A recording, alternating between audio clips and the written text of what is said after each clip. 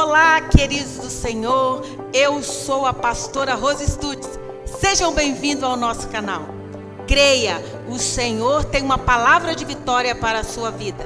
Se inscreva em nosso canal, curta, comente e compartilhe. E agora fique com a palavra de vitória com o nosso amado pastor Jorge Stutz.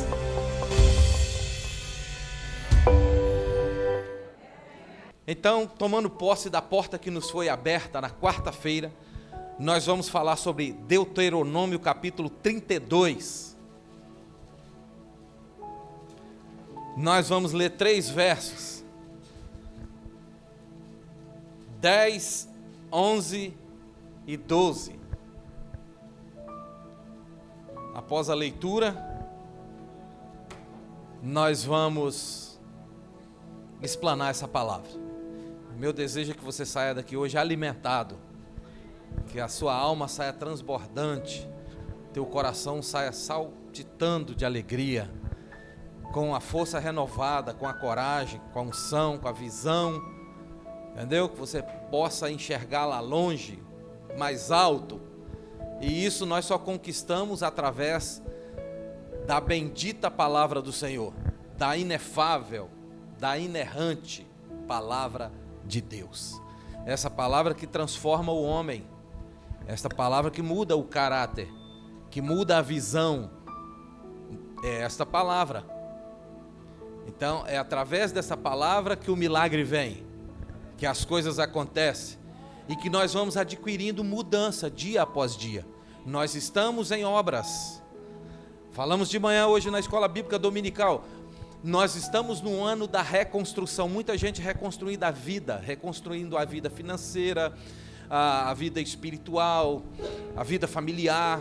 Então, nós conseguimos isso dia após dia, a cada porção que nós recebemos da parte de Deus, nós vamos subindo degrau, com humildade, com simplicidade, com amor, com perdão, com paz no Espírito. Por que isso tudo?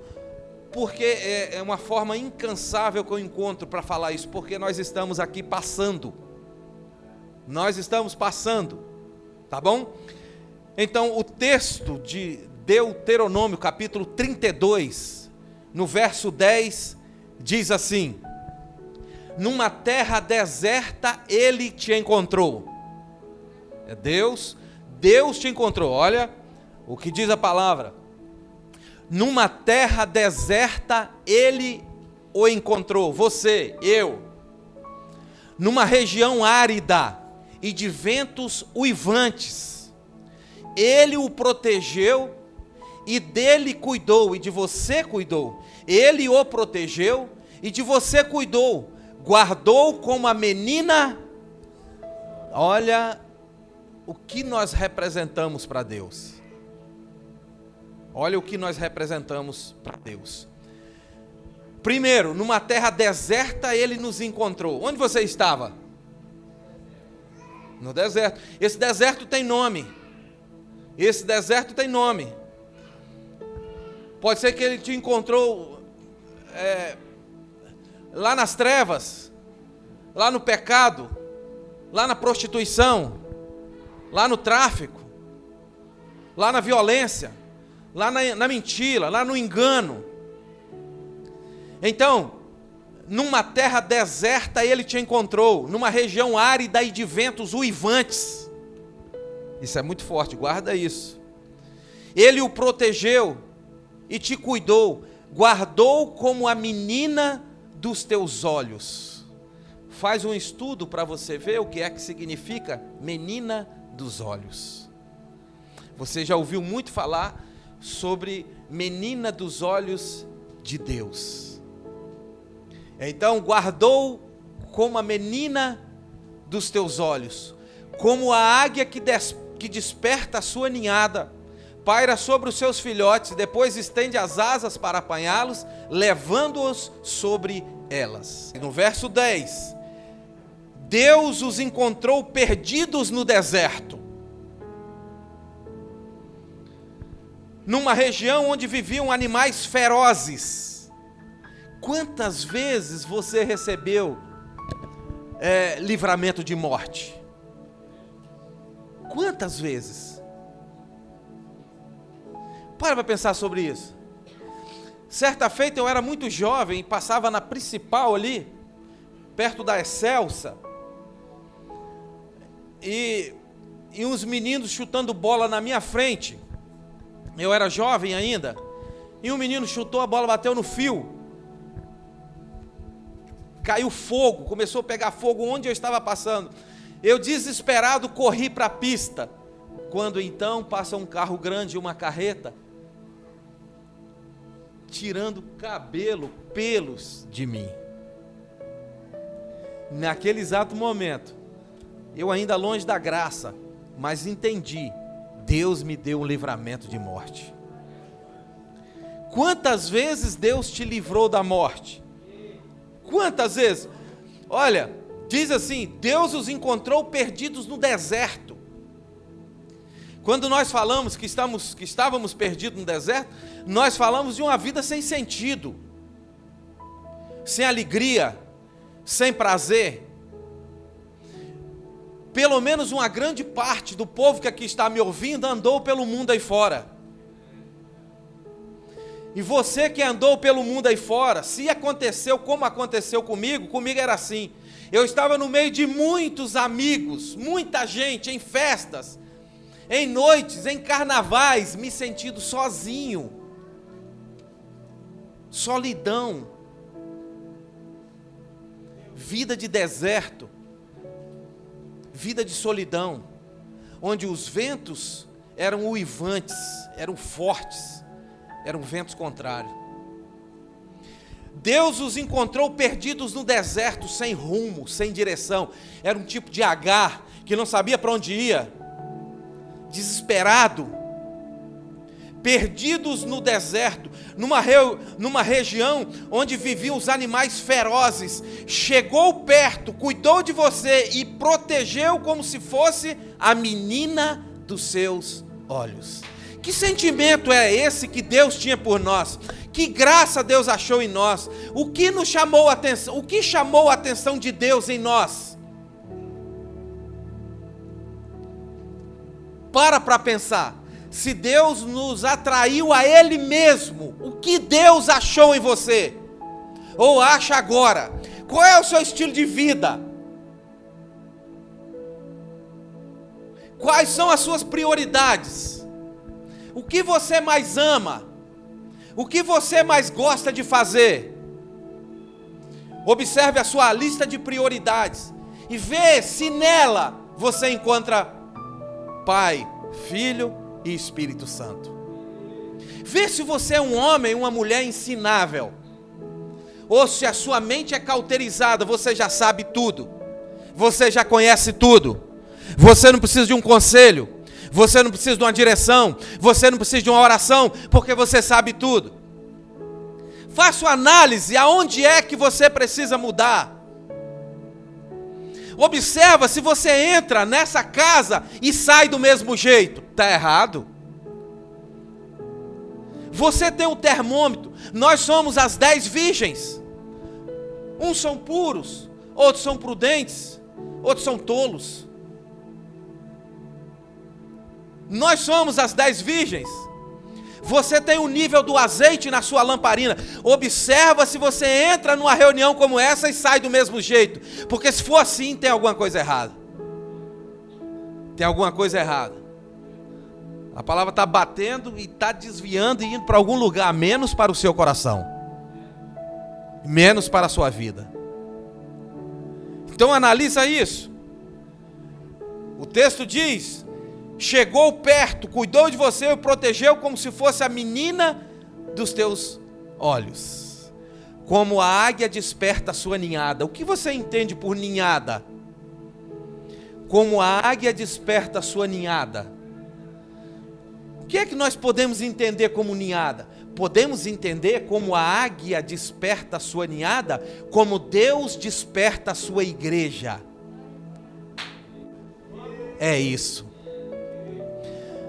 Como Deus desperta a sua igreja. A versão, linguagem de hoje, diz assim, no verso 11: como a águia ensina os filhotes a voar. Olha como isso é lindo.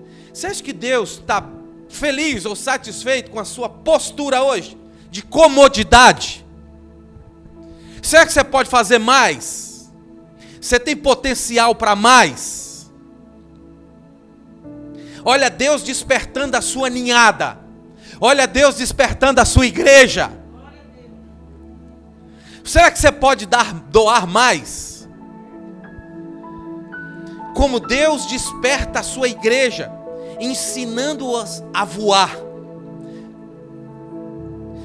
Olha, eu desafio qualquer teólogo, qualquer pastor, qualquer conhecedor, a me mostrar onde foi que Deus mandou Davi enfrentar Golias. Onde você viu na Bíblia que Deus mandou Davi enfrentar Golias? Você viu isso? Desafio qualquer um a mostrar, a provar que Deus mandou Davi enfrentar Golias. Deus não mandou. Simplesmente Davi viu como uma oportunidade para voar.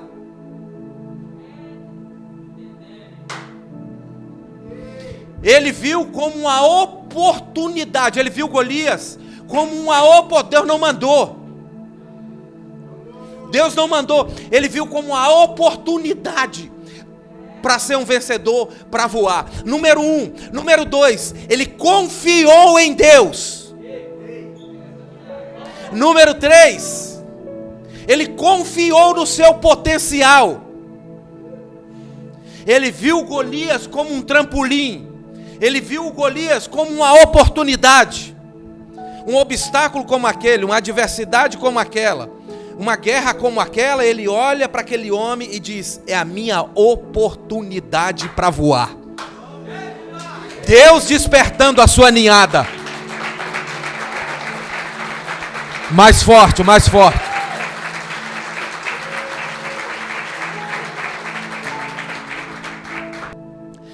Deus despertando a sua ninhada, você. Desperta, Débora. Desperta. Desperta. Quantas vezes eu digo isso? Estamos vivendo os últimos tempos da igreja. Os dias estão contados, os sinais estão aí. E eu gosto de falar isso. Paulo escreveu aos Romanos, no capítulo 13, no versículo 11. Paulo disse assim, na verdade, se você estudar no palco das escatologias bíblicas, nós estamos vivendo o tempo do fim.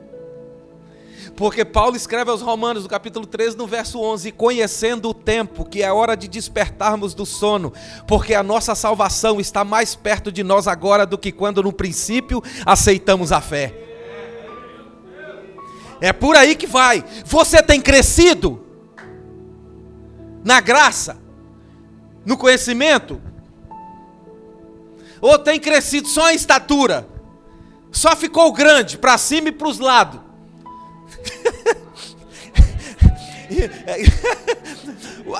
Qual o nível de seu crescimento? Você tem crescido? Olha o nível de crescimento de Cristo: graça, conhecimento, estatura. Cresce no espiritual, cresce no físico. É hora de despertarmos do sono. Olha o que Deus está fazendo com a sua ninhada. Olha o que Deus está fazendo com a sua igreja, com o seu povo, com seus escolhidos, com seus profetas, com seus cantores, com seus levitas, com seus adoradores. Então diz aqui a palavra, no verso 11, como a águia ensina os seus filhotes a voar, e com as asas estendidas os pega quando estão caindo. Você lembra muito bem o que o Senhor Jesus fez com Pedro. Pedro está voando, andando sobre as águas. Pedro está voando, mas cai. Quando cai, uma mão mais forte do que a de Pedro o estendeu para ele. Uma mão mais forte do que a nossa não nos permite cair. Se a nossa intenção é boa. Se a nossa intenção é boa, a mão mais forte do que a nossa não nos permite cair. É uma águia que desperta.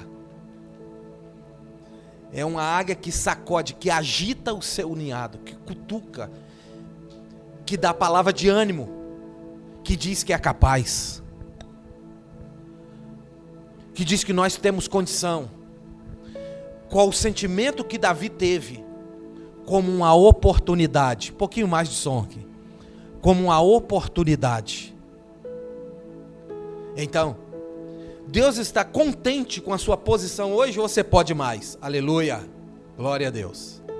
Ou você pode mais? Leia Isaías 40, 30, 31.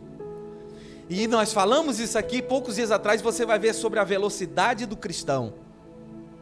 Os que esperam no Senhor renovarão as suas forças, voarão com asas como águia, correrão e não se cansarão, caminharão e não se fatigarão. Ali, 3 níveis de jornada. Tem um que corre, tem um que caminha, tem um que anda. Qual dos 3 você é? Pega aí. Qual dos 3 você é? Você voa, você corre ou você caminha? Aleluia. Aqueles que começam, a pastora Rose diz, para correr primeiro você tem que caminhar. Porque tem gente que faz ao contrário. Já quer chegar voando. Já quer chegar voando. Entendeu? E aí é o processo. Primeiro anda, depois corre, depois voa. O importante é você estar se movimentando. Por que um corre, por que um anda, por que um voa? Porque Deus respeita a sua velocidade. Só não quer ver você assim, ó. Só não quer ver você assim. Se você caminhar, já está bom para Deus. Se ao longo da jornada você comer a palavra, exaurir o ensino, caminhar conforme a luz da Bíblia, aprender, ser um bom aluno, ser humilde, ser obediente, ser fiel, Deus te faz correr. Deus te faz correr.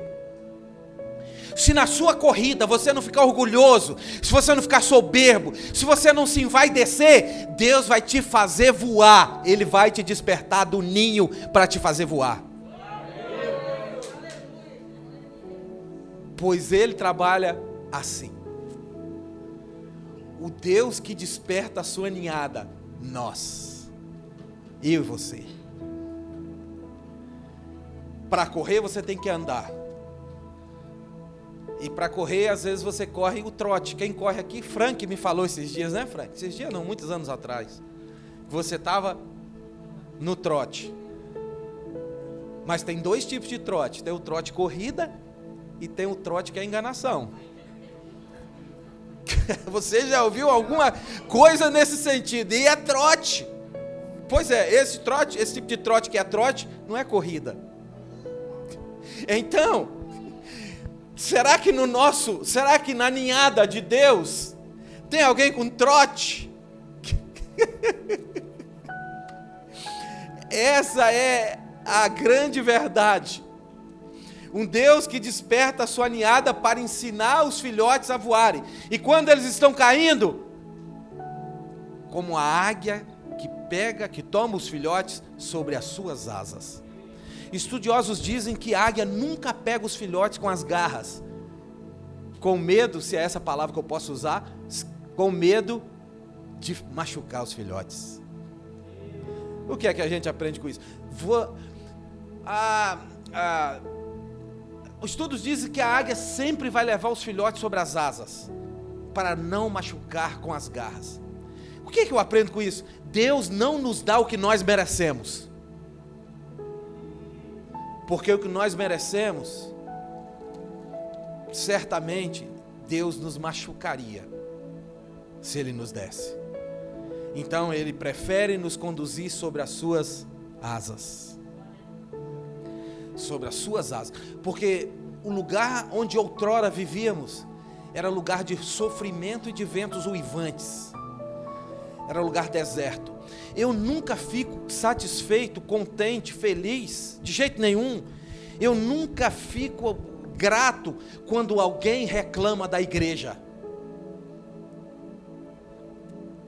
Porque quando alguém reclama da igreja, eu vejo o povo que saiu do Egito, no deserto, indo para Canaã, reclamando da igreja e querendo voltar para lá. Porque quando eu penso em reclamar de alguma coisa da igreja, eu lembro dos lugares que eu frequentei, eu lembro das ruas que eu pisei, eu lembro da sujeira onde eu fui tirado, eu lembro de como eu sofri lá fora, e quando eu lembro do que eu passei lá fora, eu digo, esse aqui é o melhor lugar do mundo.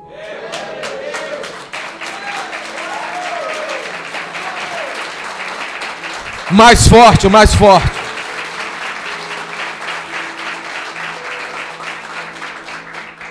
Porque quando eu penso em soltar uma lamúria, uma reclamação, eu lembro do que foi feito na minha vida. Esse lugar é lindo. Esse lugar é gostoso. Entendeu? Aqui nos conduz para os portais eternos. Esse lugar eu aprendo. Esse lugar Deus me deu uma família. O Evangelho é tão lindo que ele une pessoas de distintas cidades e estados, com culturas diferentes, e na união dessas pessoas, o próprio Deus implanta os seus ensinamentos, e nós andamos alinhados, como soldados na fileira. Isso é sobrenatural, porque cada um tem um temperamento, cada um tem um gigante por dentro. Nós falamos de Davi, viu como uma oportunidade, mas antes matou o urso e matou o leão. Se você correr do urso e do leão, você nunca vai matar Golias. O urso e o leão é problema, gente que corre de problema, problema se resolve.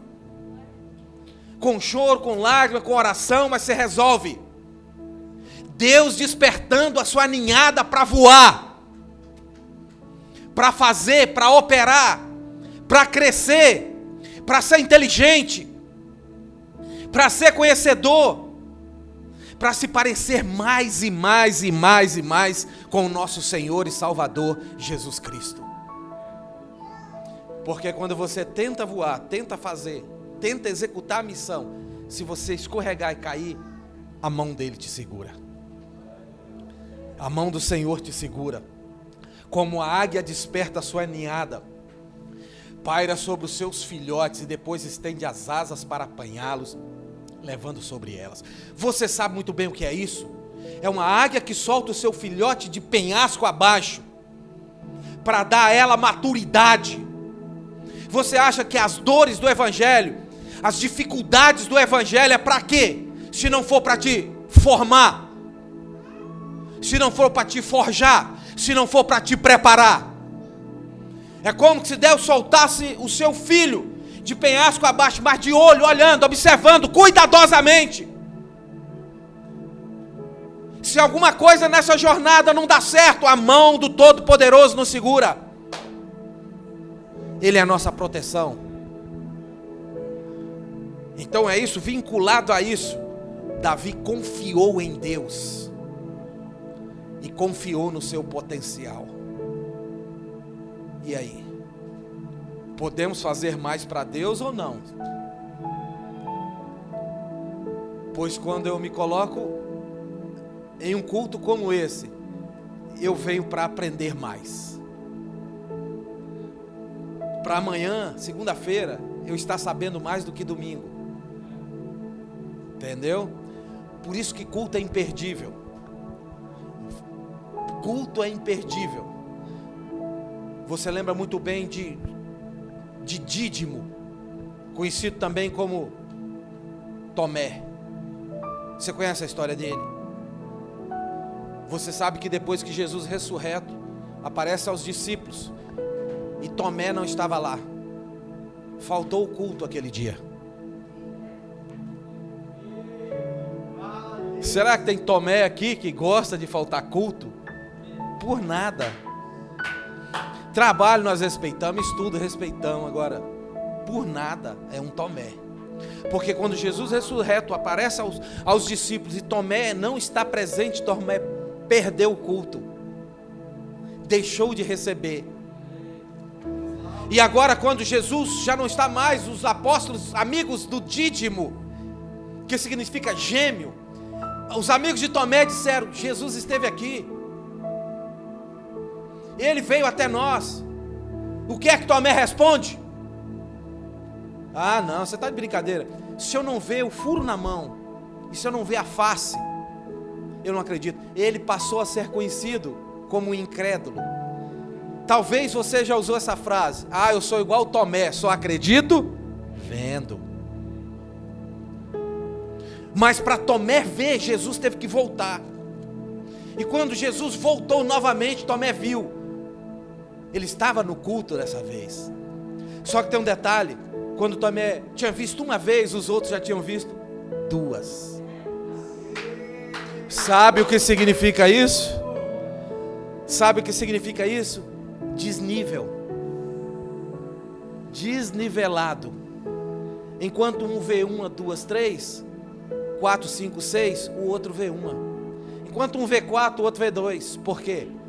Desnível, desnivelado. O que se ensina no culto. Culto é imperdível. A palavra de Deus sempre é boa e agradável e perfeita. E ela fica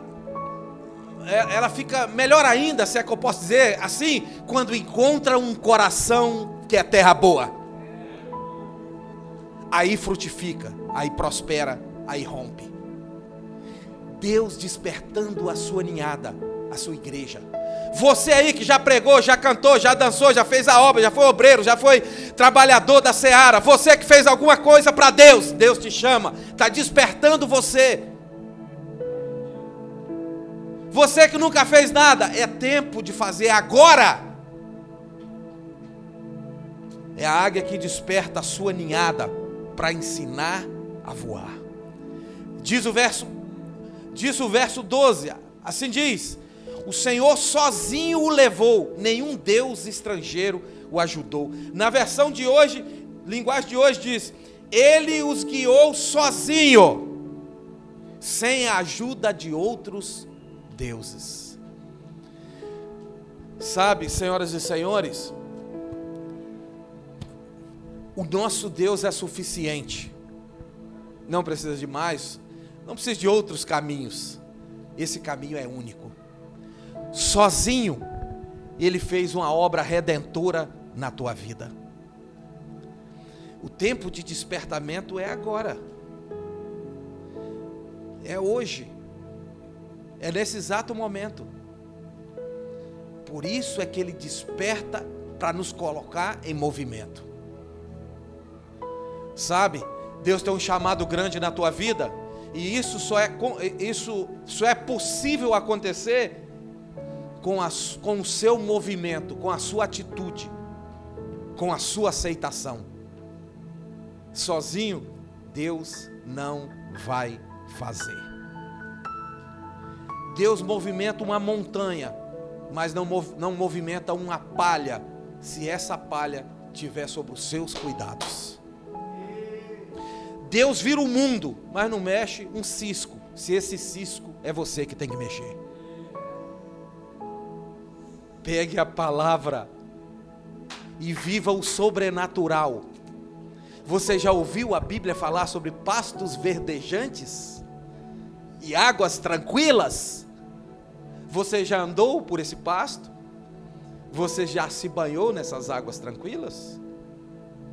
É coisa que nós pregamos anos e anos, e muitos cristãos vão para o céu pela graça e misericórdia de Deus, mas enquanto em vida jamais andaram em pastos verdejantes e águas tranquilas. Porque não anseia por mais, não quer mais, está satisfeito, está contente com isso, não quer mais.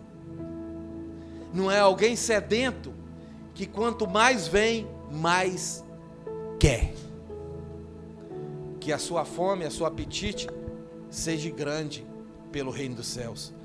Que o seu coração continue apaixonado por Jesus, sem distrair, sem vacilar ao longo dos anos. Porque o mundo nos manda muitas propostas, muitos dados, muitas propostas em nossa direção. Se o coração não tiver apaixonado, uma dessas propostas pode sucumbir o salvo. pode balançar a estrutura. Por isso que você tem que permanecer com o seu coração apaixonado. Ame o culto, ame a palavra, ame estar na presença de Deus. Porque as propostas vêm. É a guerra que não para. É o espírito militando contra a carne e vice-versa. Prevalece o que estiver mais alimentado. Você tem que guardar essa palavra.